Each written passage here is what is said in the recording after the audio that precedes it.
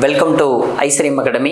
So இந்த வீடியோவில் எதை பற்றி பார்க்க போகிறோம் அப்படின்னு கேட்டிங்க அப்படின்னா, ஃபண்டமெண்டல் ரைட்ஸ்னுடைய அடுத்த இதை தொடர்ச்சி நம்ம வந்து பார்க்கலாம். ஸோ ஆர்டிகல் 16 நாம் வந்து பார்த்திங்க அப்படின்னா ரைட் டு ஈக்குவலிட்டியில் தான் பார்த்துட்ருக்கோம். ஆர்டிகல் 14லேருந்து 18 வரைக்கும். ஸோ ஆர்டிகல் 15 பற்றி முன்னாடி பார்த்துருப்போம். 14, 15, இப்போ 16 வந்து என்னன்றதை பார்க்க போகிறோம். ஸோ பொது வேலைவாய்ப்புலாம் அனைவருக்கும் சம வாய்ப்பு, ஈக்குவல் ஆப்பர்ச்சுனிட்டி கொடுக்கணும். அதான் ஆர்டிகல் 16 சப் கிளாஸ் என்ன சொல்லுது அப்படின்னா, அரசின் கீழ் உள்ள எந்த அலுவலகத்திலுமே, அதாவது வந்து வேலைவாய்ப்பு இருக்கு இல்லையா, ஸோ நியமனம் தொடர்பான விஷயத்தில் அனைத்து குடிமக்களுக்கும் சம வாய்ப்பு. ஸோ அப்போ நமக்கு வந்து அரசினுக்கு உட்பட்ட எம்ப்ளாய்மெண்ட்ல எல்லாருக்குமே ஈக்குவல் ஆப்பர்ச்சுனிட்டி கொடுக்கணுன்றது தான் 16 சப் கிளாஸ் 1. 16 சப் கிளாஸ் 2 என்ன சொல்லுது அப்படின்னா, எந்த ஒரு அலுவலகத்திலும் ஜாதி, மதம், இனம், பாலினம் போன்றவை வாய்ப்பிற்கான தகுதியாக நிர்ணயம் செய்து தடை செய்கிறது. அதாவது என்னன்னா, உங்களுக்கு புரியுற மாதிரி சொல்றேன். நீங்க அப்ளிகேஷன்ல வேணா சார் இது என்ன கம்யூனிட்டி இருக்கு, நம்ம வந்து பாத்தீங்க அப்படின்னா என்ன ஆணா பெண்ணா இதெல்லாம் இருக்கு, எந்த சாதி இருக்கு, எந்த மதம்னு இருக்கு, இதெல்லாம் பாகுபாடு இருக்குதே சார் அப்ளிகேஷன்ல அப்படின்னு நீங்க நினைக்கலாம். இது அப்படி எடுத்துக்க கூடாது. மதம், ஜாதி, இனம், நிறம், பாலினம் இதன் அடிப்படையில இதுதான் வேலையினுடைய தகுதி அப்படின்னு எடுத்துக்க கூடாது. சரிங்களா? இப்ப நம்ம வந்து பாத்தீங்க அப்படின்னா ஒரு சில போஸ்டிங்க்கு வந்து உமன் எலிஜிபிள்ன்றத கொடுத்துருப்பாங்க, அது வேற. ஆனா அங்க உமனுக்கு மட்டும்தான் அந்த ஆப்பர்ச்சுனிட்டின்றதா இருக்கக்கூடாது. அதை தான் சொல்ல வரேன், அது தெளிவா புரிஞ்சுக்கணும் நாம. சரிங்களா? சோ அடுத்து நமக்கு வந்து பாத்தீங்க அப்படின்னா ஆர்டிகல் 16 சப் கிளாஸ் 3 சில பதவிகளுக்கு குடியிருப்பு தகுதியை தீர்மானிக்க பாராளுமன்றம் சட்டம் இயற்றலாம். ஸோ வந்து பாத்தீங்க அப்படின்னா பர்டிகுலரா சில போஸ்ட்டுக்கு வந்து அது யார் அப்படின்னா பார்லிமெண்ட் தான் சொல்றாங்க. சரிங்களா? நம்ம சில வேகன்சிக்கு வந்து பாத்தீங்க அப்படின்னா அவங்க இருக்கக்கூடிய இடத்த பேஸ் பண்ணி நாமளே பார்த்துருக்கோம் இல்லையா, ஒரு சில நோட்டிபிகேஷன்ல எல்லாம் இவங்களுக்கு வந்து ப்ரியாரிட்டி கொடுக்கணும் அப்படின்றத பை த பார்லிமெண்ட் வந்து அதை சொல்லலாம் அப்படின்றதா சொல்றாங்க. நீங்களே பார்ப்பீங்க சில இடங்கள்ல இது வந்து நாமக்கல் மாவட்டத்துக்கு மட்டும்தான், இது சேலம் மாவட்டத்துக்குன்னு சொல்றாங்க இல்லையா, அதுதான் 16 சப் கிளாஸ் 3 அப்படின்றது. 16 சப் கிளாஸ் 4 அப்படின்ற எதை சார் சொல்லுது அப்படின்னு கேட்டீங்கன்னா, இதை தான் முன்னாடி நம்ம வந்து பார்த்துட்டோம். The 1951 the first constitution act படி article 15 sub clause 4 and 16 sub clause 4. அடுத்து ஆர்டிகல் 15 சப் கிளாஸ் 5. அதுக்கு முன்னாடி நமக்கு வந்து 16 4A and 4B இருக்கு இல்லையா. ஸோ SC and ST பதவி உயர்களில் இடஒதுக்கீடு வழங்குதல். சரிங்களா? SC and STக்கு பதவி உயர்வில் இடஒதுக்கீடு.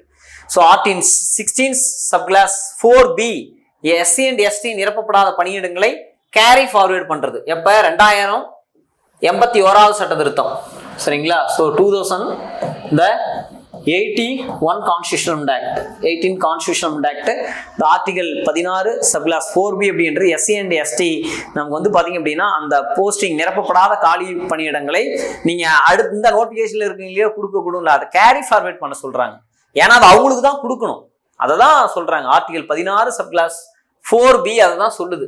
ஸோ அடுத்து நமக்கு வந்து பாத்தீங்க அப்படின்னா ஆர்டிகல் 16 சப் கிளாஸ் 5 மதம் சார்ந்த நிறுவனங்களினுடைய பதவிகளுக்கு அந்தந்த மதத்தினரை நியமிக்க அனுமதித்தல்.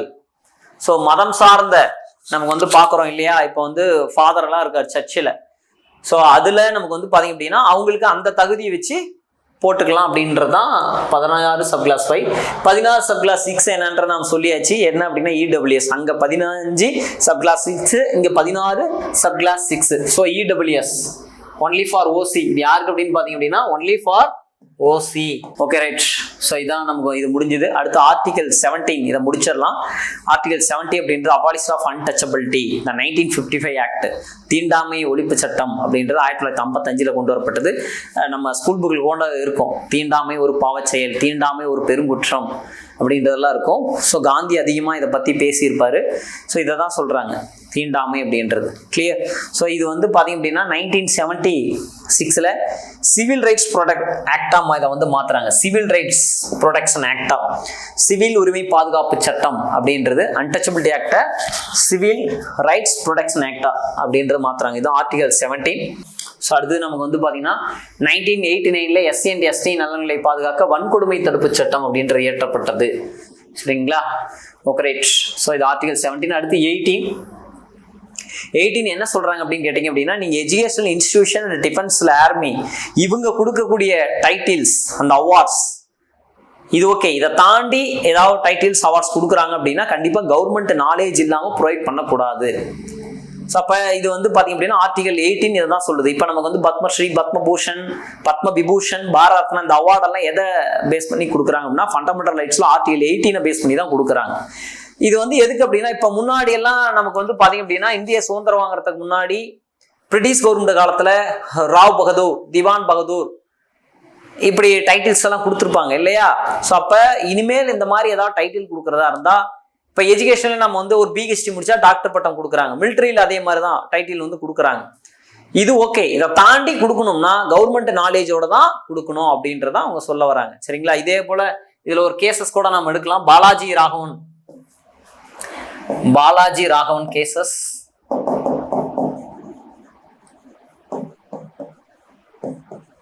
versus யூனியன் கவர்மெண்ட் எப்ப 1995 இந்த கேஸ். ஸோ இது வந்து ஆர்டிகல் 18 பேஸ் பண்ணி தான். சரிங்களா? ஸோ நீங்க வந்து பாத்தீங்க அப்படின்னா இது என்ன சொல்லுது இந்த கேஸ்ல அப்படின்னா குவாலிஃபைடு பர்சன், தகுதியான நபருக்கு மட்டும்தான் பத்மஸ்ரீயோ பத்மபூஷனோ பத்ம விபூஷனோ கொடுக்க வேண்டும்.